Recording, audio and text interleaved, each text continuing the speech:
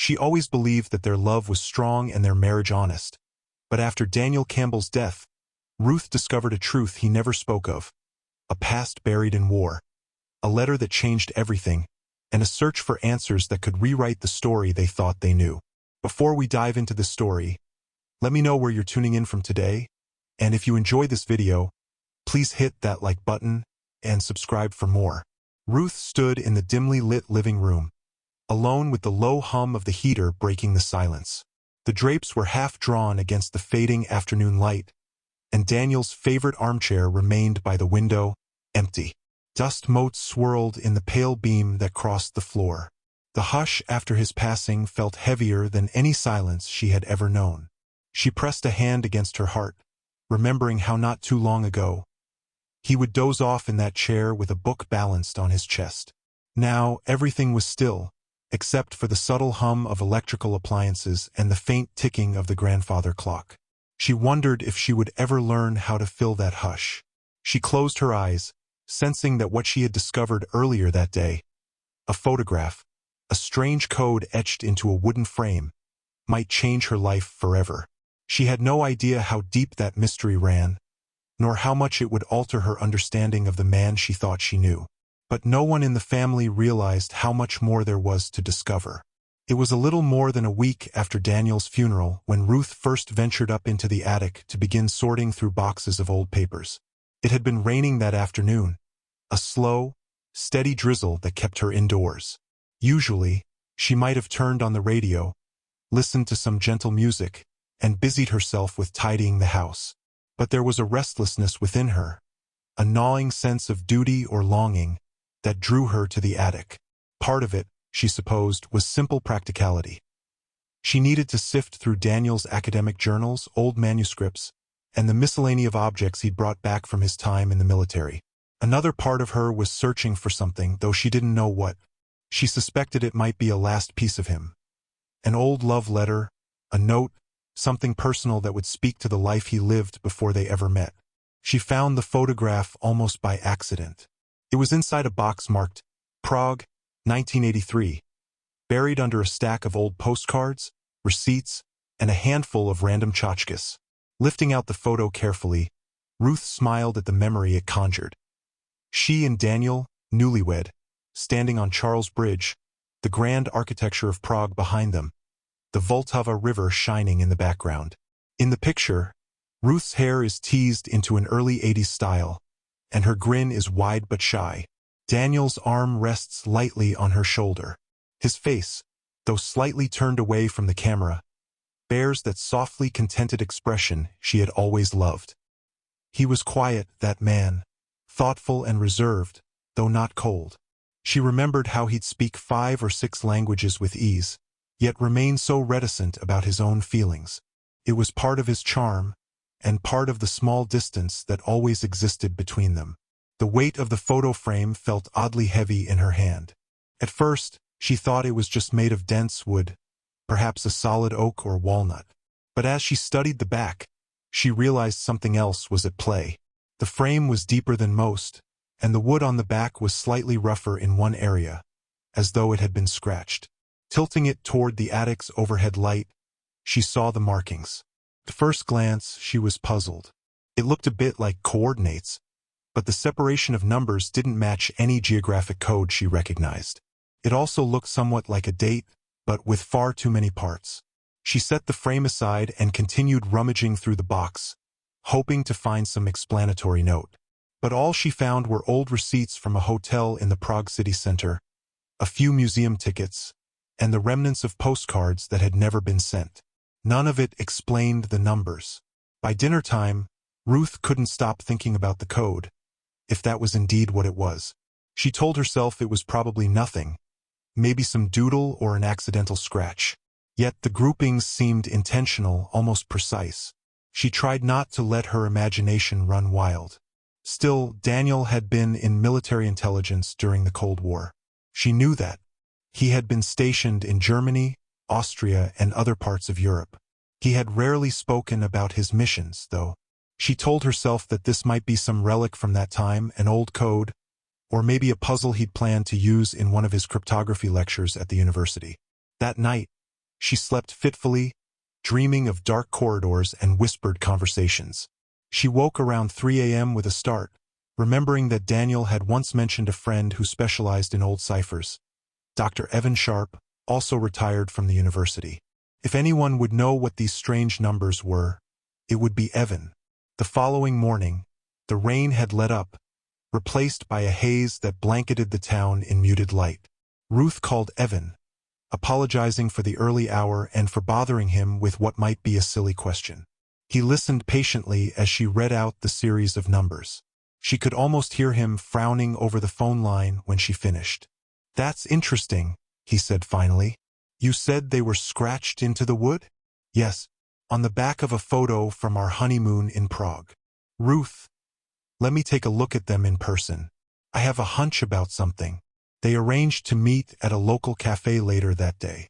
Evan looked older than she remembered, with silver hair thinning at the crown, but his eyes were still sharp and inquisitive behind his wire-rimmed glasses. Over 2 cups of coffee, Ruth handed him the frame. He studied it without speaking for several minutes, running his fingers over the markings. At last he sighed and looked up. "Ruth, this is a dead-drop code from the Cold War era. At least it appears to be." She felt a jolt of surprise. "You mean a spy thing?" "Yes, a location code. These groupings might correspond to letter shifts or some sort of indexing reference. Considering Daniel's background, I'm not shocked, but I am surprised it ended up here in your attic." Ruth's heart fluttered. Daniel, her gentle husband, who spent the last decades of his life studying obscure languages and teaching cryptography, had been engaged in actual spycraft? She had known, in a vague sense, that his time in the military had something to do with code-breaking or intelligence work, but he never discussed specifics. She'd assumed it was mostly desk work, translating documents, nothing more. A sense of unease swept over her. "What do we do with it?" she asked softly. "We see if it actually corresponds to a real location. If it does, we might find something that's been sitting, undiscovered, for decades. Or someone might have left it there as a false lead. But if Daniel saved this, it probably meant something to him." Evan invited Ruth back to his home office, a cluttered den filled with bookshelves and old maps pinned to the walls. He booted up his computer and brought out a battered reference volume on classic intelligence codes used during the Soviet era. Over the course of a few hours, he explained that these numbers might represent pairs, one for a page or line reference, another for a word count, or possibly a numerical cipher key to a standard text. He also considered the possibility that it could be a set of coordinates for a city. And indeed, after some trial and error, they found the string best correlated to a spot in Prague. Specifically, a church known as St. Florian's, which had undergone renovations in the early 1980s. When Evan announced this, Ruth felt a prickle of gooseflesh on her arms. The location was so specific, so intimately tied to the place of their honeymoon. She had never heard Daniel mention St. Florian's, nor had they visited that church as far as she could recall. It was enough to make her imagine clandestine meetings in the quiet hush of an old cathedral, long after tourists had gone. "This is bigger than I thought," she murmured. Evan nodded. "Ruth, are you sure you want to dig into this? It might unearth things you don't want to know." She hesitated. She could imagine letting it lie, letting Daniel's secrets remain unspoken. But the photograph had been left behind for a reason. Perhaps he wanted her to discover this truth. Maybe, after all those years, he'd decided she deserved to know. "Yes," she said at last. "I need to do this. For Daniel's sake. And for my own." The next few days were a blur of emails and phone calls. Ruth contacted her daughter, Lucy, who lived a few hours away. Lucy was in her mid-30s with a life of her own. She worked as an editor in a publishing company, married with 2 small children. At first, Lucy was skeptical. "Mom, are you sure this is safe? Dad was in intelligence a long time ago, but that was the Cold War. None of that is relevant now. This code might be meaningless." Ruth admitted she was uncertain, but the idea of ignoring a potential message from Daniel's past felt impossible. "I'm going to Prague," she declared. "I just want to see for myself if this place, St. Florian's, holds any clue." Lucy resisted at first, citing her own busy schedule. But in the end, she said, "Fine. I'm coming with you. You're not going alone." They arranged the trip within a week. A part of Ruth was anxious to the point of sleeplessness. She could still recall the winding streets of Prague from that long-ago honeymoon.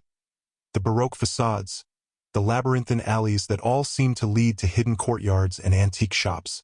She remembered feeling both enchanted and slightly on edge, because Daniel had been uncharacteristically tense on that trip.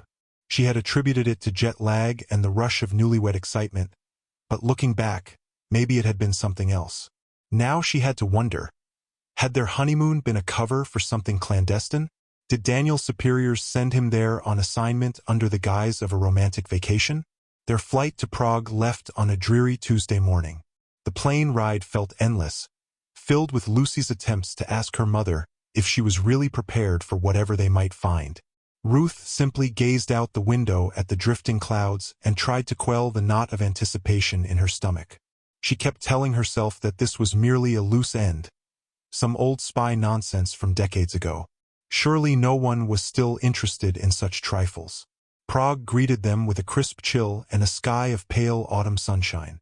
Walking out of the airport, Ruth instantly recognized the tang of the air, something that had lodged in her memory from that trip so many years before.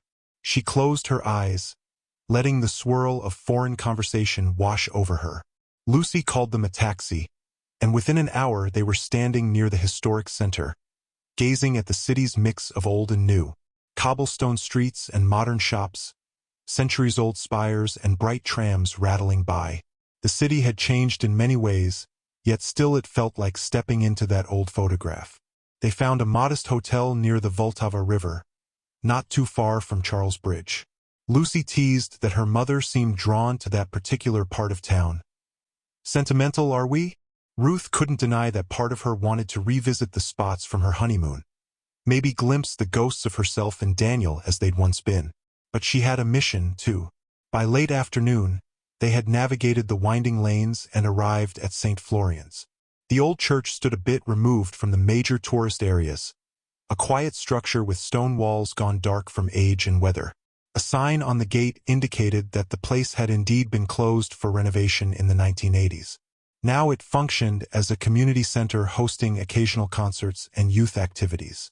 Ruth and Lucy walked around the exterior, scanning the foundation and the thick, ancient walls. Lucy was the first to notice that a cluster of stones by the side of the building looked slightly displaced. There was a gap near the base, partly obscured by vines and moss. Ruth knelt down, her heartbeat drumming in her ears. She felt a strange tug of certainty. Something was hidden there, behind those stones. She carefully loosened one, pausing when it grated against another. The stone was heavier than she expected, but it moved just enough to reveal a small recess. The moment she spotted the metal container inside, her breath caught. They pried it out, setting it on the grass. It was rusted around the edges, and the lid had warped from decades of exposure to moisture. Carefully, Lucy used a small pocket tool to nudge it open. Inside was a small roll of camera film, sealed in a now-distorted canister, and a folded piece of paper. Ruth's hands trembled as she opened the paper, which had yellowed and started to crumble at the edges. She could still make out a name scrawled in block letters, Milos Novak. Beneath that was another string of numbers. Then a final phrase in English, "Do not proceed. Do not return." Lucy's voice was hushed. "Mum, what does this mean?" Ruth could only shake her head. She had no idea who Milos Novak was, nor how Daniel might have been connected to him. But she did know that her husband's entire demeanor on their honeymoon, the occasional furtive glances, the too quick excuses to step out alone, might well have been part of something unimaginably larger than she had thought. They made their way back to the hotel in near silence, the container and paper safely tucked into Ruth's handbag. That night, they planned to call Dr. Evan Sharp to ask his advice on the new code. They had no illusions that the film reel could still be developed easily after so many years, but perhaps it held some clue, some photographic evidence that Daniel had tried to get out of the city all those decades ago. The break-in happened just after midnight. Ruth and Lucy had stepped out for a late evening walk, wanting to glimpse Charles Bridge by moonlight. The city was quieter then, the tourists mostly gone. They strolled slowly, arms linked, the hush of the river lapping at the old stone embankments. Ruth felt a swirl of emotions. Sorrow for Daniel's passing, confusion over the container and the cryptic warning, a pang of nostalgia for the newlywed days. She tried to enjoy the moment of stillness with her daughter, though, reminding herself that life kept moving, even as old secrets rose from the past. When they returned to the hotel, the door to their room was ajar. At first, Lucy thought she might have left it unlocked, but stepping inside, they saw drawers pulled open, clothing tossed about. Instinctively, Ruth checked her handbag, which she'd left in the small safe behind the closet door. The safe was half closed but forced. The metal container and the slip of paper were gone. Alarm spread through her. She searched everything else. Nothing was missing except those items. Not her cash, not her phone, not even her jewelry. The thief had come for one thing only, the remnants of Daniel's dead drop. The police arrived promptly, took statements, dusted for prints. They filed it under petty theft, surmising that some opportunistic burglar had rummaged through the room. But Ruth and Lucy knew better. Someone had tracked them to the church, witnessed the discovery, and wanted to bury this secret once more. Despite her fear, Ruth refused to leave Prague until she had some answers. She called Evan, explaining in hushed tones what had happened. He was alarmed enough to reach out to an old MI6 contact, someone who'd once known Daniel in the intelligence community. Within a day, that contact confirmed that the name Milos Novak was not a coincidence. Novak had been a Soviet double agent, once rumored to be passing critical information to the West in the early 1980s. He was declared missing in 1985, presumed killed by the KGB for betraying them. And apparently, Daniel had been tasked with warning him or retrieving information from him during that time in Prague. The enormity of it made Ruth's head spin. Her husband, the mild academic who spent his weekends in the garden and taught cryptography at a small university, had once been part of a life-and-death espionage operation. Now, the ramifications of that era had intruded on Ruth's quiet life in the present. She insisted on meeting with the MI6 contact personally. Through connections at the British consulate, they set up a discreet meeting in a side office within the grand, imposing consulate building. The contact was a gray-haired man named Ferguson. He greeted Ruth and Lucy politely, though the tension was palpable. He explained that the message Daniel was meant to deliver back in 1983 was an urgent warning. Novak had been compromised, singled out by Soviet intelligence as a traitor. If Daniel had successfully delivered that message, perhaps Novak might have escaped in time. But the drop was compromised. Novak vanished, presumably either killed by Soviet operatives or forced to flee under a new identity. There was never any confirmation. Ferguson showed them a thin file, declassified just enough to reveal that Daniel had tried to follow protocol. He'd left the coded instructions, presumably behind that stone in St. Florian's. But the file ended abruptly, with no closure on what became of Novak or whether Daniel was reprimanded for the mission's failure. Ruth felt tears pooling in her eyes as she imagined the guilt Daniel must have carried. Had he blamed himself for whatever happened to Novak? Lucy placed a hand on her mother's shoulder. Dad was caught in something way beyond him, she murmured. He always seemed like such a gentle man. Ruth nodded, wiping her eyes. He was. And he never told me. He never said anything. Over the next days, fear lingered around every corner. Lucy was jumpy whenever someone walked too close. Ruth half expected another break-in. Yet no further incidents occurred, perhaps because whoever took the container had what they needed. Ruth, determined to unravel the final strands of the story, spent her free time strolling the city with Lucy, looking for any trace of Novak's name or hints in old archives. They turned up nothing. The man was a ghost, an enigma lost to Cold War shadows. Eventually, they returned home, both shaken and quietly relieved. Ruth tried to settle back into her routine, but her thoughts remained tangled in the recollection of that warning scrawled on the paper. Do not proceed. Do not return. She also couldn't shake the sense that Daniel might have left more behind. Some final confession, some letter that would explain why he had kept all this hidden. Her hunch proved true barely 2 weeks later. One afternoon, while combing through Daniel's library of spy novels and cryptography texts, she came across a battered copy of John le Carre's The Spy Who Came In from the Cold. Something about the way it sat on the shelf caught her eye. Its spine was less dusty than the surrounding volumes, as though Daniel had handled it more recently. She pulled it free and heard a slight rattle inside. Flipping through the pages, she discovered the interior had been hollowed out, turned into a secret compartment. A sealed envelope lay within, labeled simply Ruth. Her breath caught. With trembling fingers, she opened it. The letter inside was handwritten, dated only a month before Daniel's death.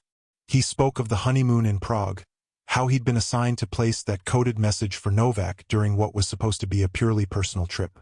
He wrote of how he had joined intelligence in his youth, believing he was serving a just cause.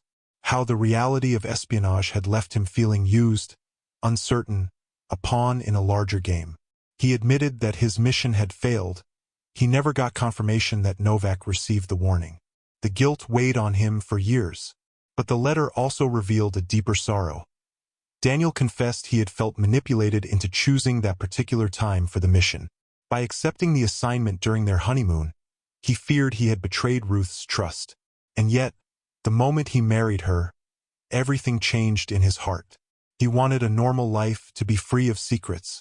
So when things went awry in Prague, when it became clear that Soviet watchers suspected him or that the drop was compromised, he chose to remain silent thereafter. He never told Ruth, because he couldn't bear to cast a shadow on what they'd shared. He hoped that no one else would ever discover the code, that it would remain just a relic of a painful memory. But if she ever did find the photo, if she ever followed the clues, he wanted her to know he was sorry, that he had loved her more than anything, and never truly chose the mission over her. He wrote, "You were my refuge, Ruth. All these years, you were the reason I felt I could still be a good man." Ruth read the letter over and over, tears slipping down her cheeks. She cried for him, for the burden he had carried alone, and for the life they'd shared without her ever knowing. In that moment, she understood that the code on the back of the frame was less a secret he wanted to bury, and more a part of himself he couldn't reconcile. He had left it there, in plain sight yet nearly invisible, because some part of him needed the truth to be found. Lucy arrived partway through Ruth's reading of the letter. Seeing her mother's tear-streaked face, she quietly sat beside her on the sofa. Ruth handed her the pages. Lucy's eyes flicked across the text, her expression moving from confusion to sorrow to a deep empathy. She folded the letter and placed it gently on the coffee table, her hand covering her mother's. "Do you forgive him?" Lucy asked softly. Ruth nodded. "I do. It hurts that he never told me, but I understand why. He was trying to protect me, or maybe he was ashamed. But I've never doubted his love." Lucy leaned her head on Ruth's shoulder. "He must have been so scared back then, and maybe even after. I can't imagine living with that kind of secret." In the following weeks, they spoke often of Daniel, recalling small moments that took on new significance in light of the revelations. Ruth remembered times he had nightmares, calling out in his sleep, or the nights he sat in his study, lost in thought. She remembered how occasionally he would leave the house for an urgent phone call, claiming it was related to a colleague's research. Now she saw the possibility that it could have been something else entirely, some leftover contact from the intelligence world. She couldn't know for sure, but she realized that her beloved husband had carried more weight on his shoulders than she ever knew. Word of the break-in in Prague reached Evan and the MI6 contact, Ferguson, back in the UK. They advised Ruth to remain cautious, though it seemed unlikely that any immediate danger lingered. Whoever wanted to reclaim the container clearly succeeded. Perhaps they just wanted to ensure no trace was left behind of the operation. Yet Ruth felt an odd sense of relief, almost gratitude, that she had found at least one piece of the puzzle in the letter. She didn't need to chase after the stolen film or the slip of paper anymore. She had Daniel's words, and that was enough for her soul. She did, however, feel compelled to return to Prague one final time, months later. Lucy insisted on coming with her again. Together, they retraced their steps to Charles Bridge, that iconic stone span over the Vltava. It was early morning. The city was waking up. Street musicians were setting up, and a few scattered tourists ambled along, taking pictures.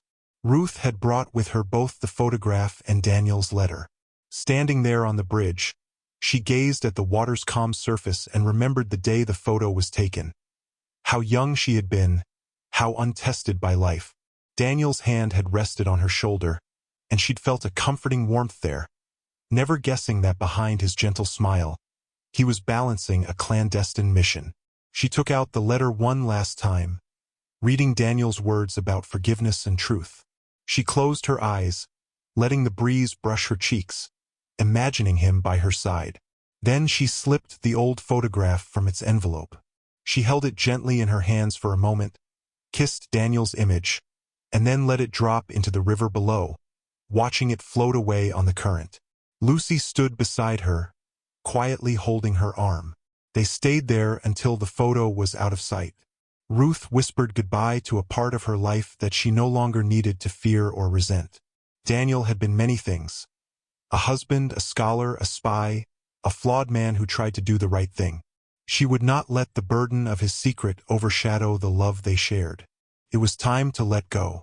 When they returned to their hotel, Ruth felt lighter. They had a quiet breakfast, chatting about Lucy's children and the little everyday matters that tether us to normalcy. For once, the tension that had gripped Ruth since Daniel's death seemed to ebb. She called it acceptance or perhaps closure, not a perfect sense of peace. She still wished Daniel had told her sooner, that he hadn't had to carry such guilt. But now, in the wake of the truth, she could finally honor him as he deserved. He was not just the memory of a quiet old scholar, but also a man who once risked everything in a game of shadows. The aftermath of that final trip brought another revelation of sorts. An email from an unexpected source. A researcher in Prague who specialized in archival materials from the Cold War reached out to Lucy. He had heard, through professional circles, about the missing container discovered at St. Florian's. He apologized for not being more helpful when they were in the city, but he admitted that the name Novak was well known in certain academic intelligence circles. He added that, though official records suggest that Milos Novak disappeared in 1985, there were rumors he had been sighted in Western Europe years later. The rumors remained unsubstantiated. The researcher asked if they had any interest in continuing the investigation. Lucy declined on her mother's behalf, politely explaining that her family wished to move on. Ruth was grateful. She had come to believe that while the past could illuminate hidden corners of our lives, sometimes we must accept that not every thread can be fully unraveled. Some mysteries remain, and that is okay. Life resumed a gentler pace for Ruth. She spent her mornings in the garden, planting bulbs for the spring and humming the tunes Daniel used to play on the piano. She invited Lucy's family over on weekends, cooking big meals and letting the grandchildren run about. Sometimes, while washing dishes or folding laundry, she would think of Daniel's face as she'd last seen it in the hospital, thin, tired, yet still lighting up when she entered the room. He had passed so quietly, leaving her with decades of memories and one lingering puzzle. Now, that puzzle was solved enough for her to put the pieces to rest. In the quiet evenings, she reread his letter, tucked into a new envelope. It reminded her of the bittersweet truth, that love is complicated, that we never fully know another soul. And yet, despite all the secrets and shadows, Daniel had cherished her, had ultimately chosen her above all else. That would always be the part of him she carried forward. Months stretched into a year, and the memory of those frantic days in Prague settled into a kind of distant dream. Occasionally, she would hear from Evan, who remained fascinated by the cryptographic puzzle. He liked to joke that if anyone ever brought back some relic from a Cold War dead drop, he hoped it would be him. He couldn't resist a good puzzle. But Ruth politely declined any further diving into Daniel's old codes or leftover notes. She had found what she needed in his final confession. She marked the anniversary of Daniel's passing by hosting a small gathering in their home. Close friends from the university came, along with neighbors and a few of Ruth's relatives. They sipped tea and reminisced. Evan told stories about Daniel's brilliance with languages, how he once deciphered an obscure Sumerian text that had stumped scholars for years. A neighbor recalled Daniel's calm presence, how he was the first to offer help whenever someone needed their fence mended or their car jump-started. Lucy's husband, James, mentioned how Daniel had taught him to do cryptic crosswords, a hobby they shared for years. Ruth listened, smiling, letting the conversation flow. No one mentioned espionage or missing codes or clandestine missions. That secret side of Daniel belonged to a part of his past that was now at rest. Later that night, after everyone had gone, she lit a single candle by the window in his honor and found herself whispering into the quiet, "I forgive you, and I love you, always." Time passed. Gradually, the acute ache of loss eased into a softer longing, punctuated by fond memories. Ruth sometimes reflected on how different her life might have been if she had discovered Daniel's secret earlier. Maybe it would have led to fights, or maybe it would have frightened her enough to question their marriage. But in the end, he chose to keep it hidden, to spare her worry or heartbreak. She couldn't entirely resent him for that.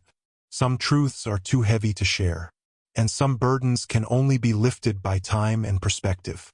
When the next spring arrived, Lucy convinced Ruth to accompany them on a short trip to the coast. They rented a little cottage, took the grandchildren out to play in the sand, and walked the shoreline at dusk. The gentle roar of the waves reminded Ruth of the Vltava in Prague, and she found herself thinking of how water can carry things away, the old photograph drifting out of sight.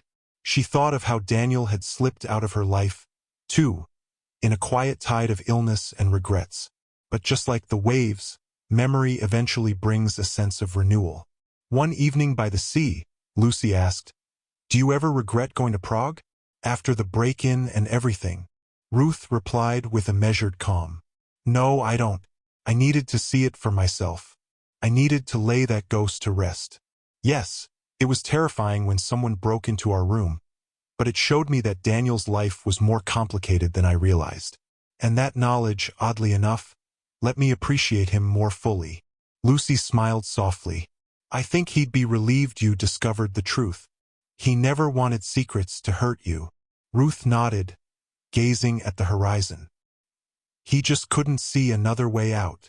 When they returned to their daily routines, Ruth realized that the once overwhelming desire to know every detail about Daniel's covert past had faded. She had her closure. He had loved her truly, and he had done his best under impossible circumstances. Anything else, she trusted, was between Daniel and whatever higher authority he believed in. Still, the memory of Novak lingered as a question mark. If the rumors were true, if he'd somehow survived, perhaps he was out there under another name, living a quiet life in some distant place. Sometimes, late at night, Ruth would wonder if Novak had a family of his own, if he thought about the West's attempts to warn him, if he ever realized Daniel had risked his honeymoon to save him. She prayed that, wherever he was, he found some measure of peace, just as Daniel had hoped to. And she prayed for herself, too, that she could continue to find peace in the aftershocks of that turbulent secret. Autumn arrived again, the leaves turning gold and crimson in her neighborhood. Ruth took up painting as a hobby, something Lucy had encouraged her to do for years. She discovered a solace in capturing the subtle changes in light and color on canvas. A gentle catharsis came from focusing on the present beauty of the world rather than the shadows of the past. Sometimes, she would paint small details in the background that only she recognized. A faint outline of a stone bridge, or a cryptic pattern in the corner reminiscent of that code. It was her way of honoring the complexity of life. One afternoon, she received a surprise visitor, a young academic from the university where Daniel had worked. He was writing a monograph about cryptography's evolution from World War II through the Cold War. He asked if Ruth could share any stories or notes from Daniel's time in intelligence. She hesitated, wondering how much to say.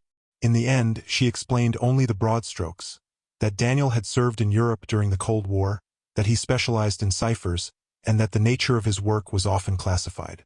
She politely provided some references to official military documents, but she withheld the personal letter, the code, and the entire Prague incident.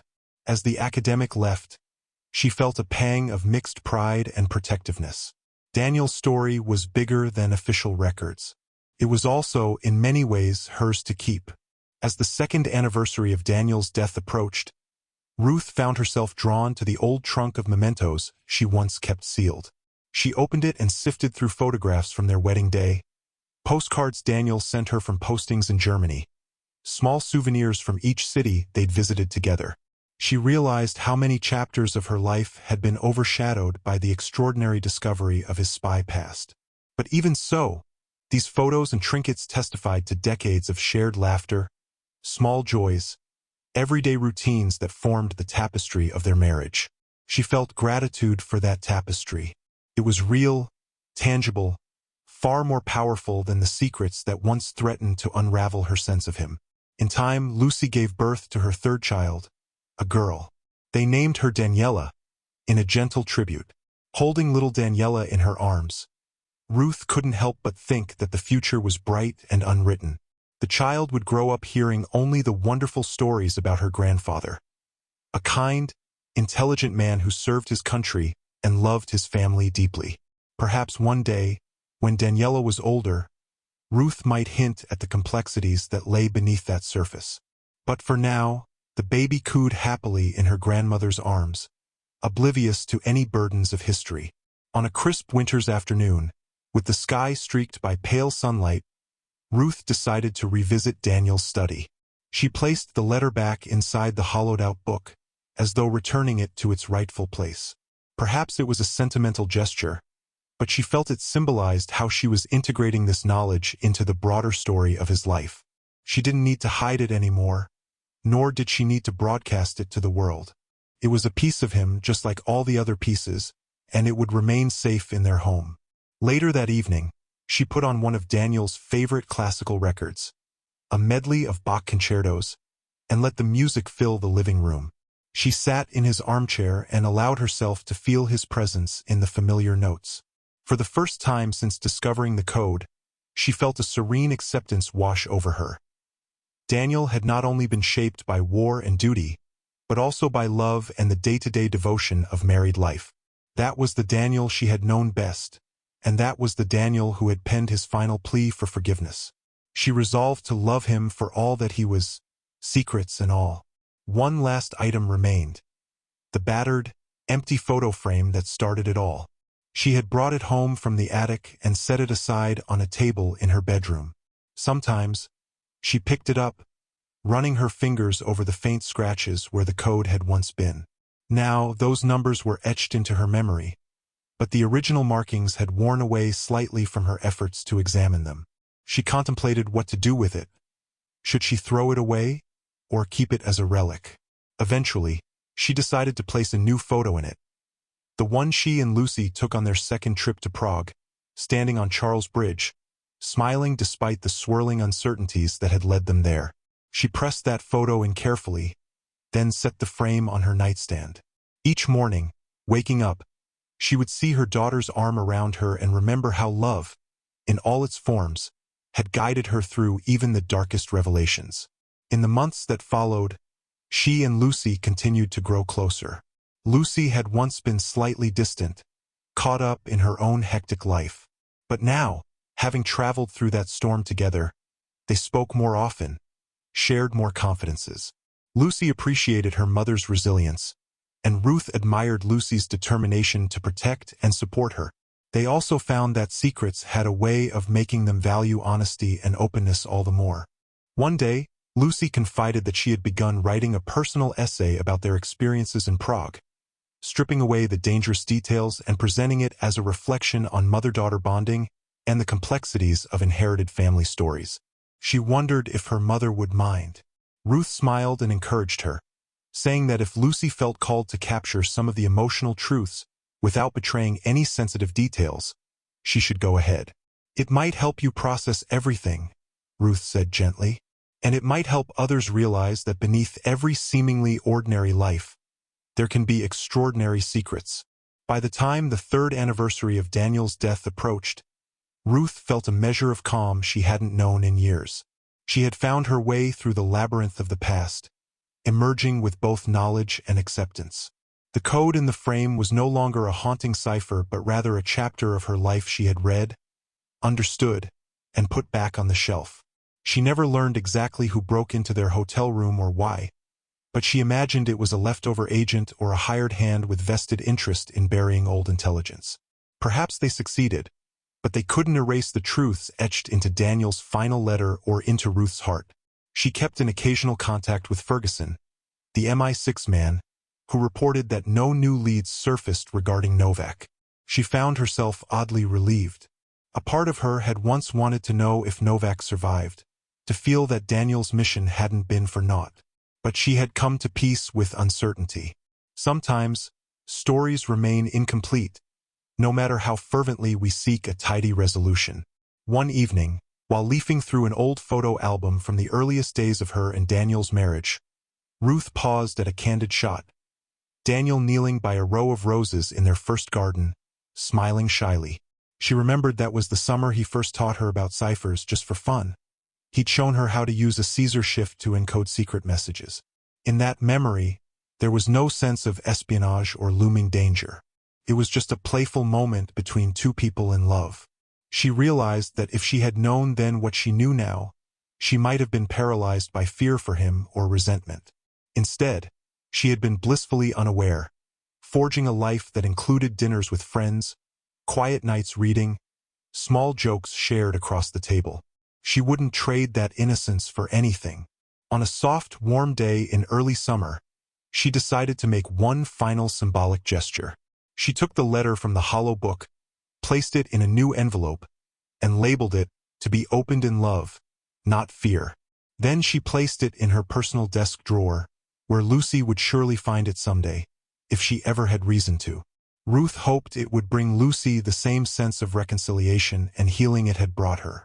If Lucy opened it, perhaps it would offer a window into who Daniel was. A man who fought to protect someone named Novak, who struggled with guilt, but who ultimately found redemption in the quiet acceptance of a life well lived. The seasons turned again, and as the leaves fell from the trees, Ruth discovered that a year had passed without her once feeling that pang of hidden grief she used to carry. She had integrated Daniel's secret into the tapestry of her memories. The day she realized this, she sat outside in the garden, watching a gentle rain mist the flower beds, and thanked the universe for giving her the strength to face the past. She thought of Daniel, his soft, serious eyes, and whispered a prayer for him. Wherever he might be, she hoped he knew he was forgiven, and that the life they shared was real and beautiful despite the shadows. Sometimes, people asked Ruth how she was doing, expecting her to speak of loneliness or lingering sorrow. She would smile and say, "I miss him, but I'm all right." She found comfort in the knowledge that love is stronger than secrets, that it endures even when we learn things that shock or hurt us. And in the quiet mornings or the hush before bed, she still felt Daniel's presence, as though a gentle spirit hovered in their old home, proud of her for the way she carried on. In the final months of that year, Lucy's essay was published in a small literary magazine. Lucy had called it Bridging the Silence, a reference to Charles Bridge and the leaps of faith we sometimes make when confronting hidden truths. Though Ruth had not shared the entire story with extended family or friends, she encouraged Lucy to send her a copy. Reading it, Ruth smiled through tears. Lucy's words captured the emotional arc, how mother and daughter traveled far to uncover a side of Daniel that was both awe-inspiring and heartbreaking, and how they emerged from that journey closer, wiser, and more at peace. By Christmas, the house was bustling again with the laughter of grandchildren. In the midst of wrapping presents, Lucy looked at her mother and said, "Sometimes I still think about Prague, about all that happened, how scary it was." Ruth nodded. "Me too. But then I remember the things we saw. The city at dawn, the crisp air, the reflection of the castles in the river. Not everything about that trip was fear. Some of it was wonder." Lucy smiled softly. "Yes, it was." Ruth never returned to Prague after that second time. She considered going once more to stand on Charles Bridge, but she knew in her heart that she had already said her farewell. So the next time she traveled, it was to the south of France with her friend Margaret from the local gardening club. They had a lovely holiday, strolling through markets, sampling pastries, and sketching scenic vistas. Daniel's memory accompanied her, not as a weight, but as a gentle presence that reminded her to appreciate every moment of life. When she came back, there was a letter waiting in her mailbox from Evan Sharp. He had moved to a retirement community further north and wanted to check in. He asked if she had found any more hidden compartments in her home, joking that perhaps Daniel had concealed half the British cryptography archives in their attic. Ruth laughed, wrote back that she believed she'd found everything there was to find. She thanked Evan for guiding her through that labyrinth of secrets when she was too overwhelmed to do it alone. Eventually, the day came when she decided to retire from her volunteer activities at the local library and spend more time with family. She found herself with quiet afternoons to reflect, to read, to paint. She revisited the idea of writing down her own version of the story, part memoir, part confession. But in the end, she decided not to. Lucy's essay was enough. The letter from Daniel was enough. She had made her peace. She did not need an audience for the full story. Still, there was a sense of wanting to share gratitude with the memory of Daniel, to let him know that, even in death, he had guided her toward a deeper understanding of love, courage, and acceptance.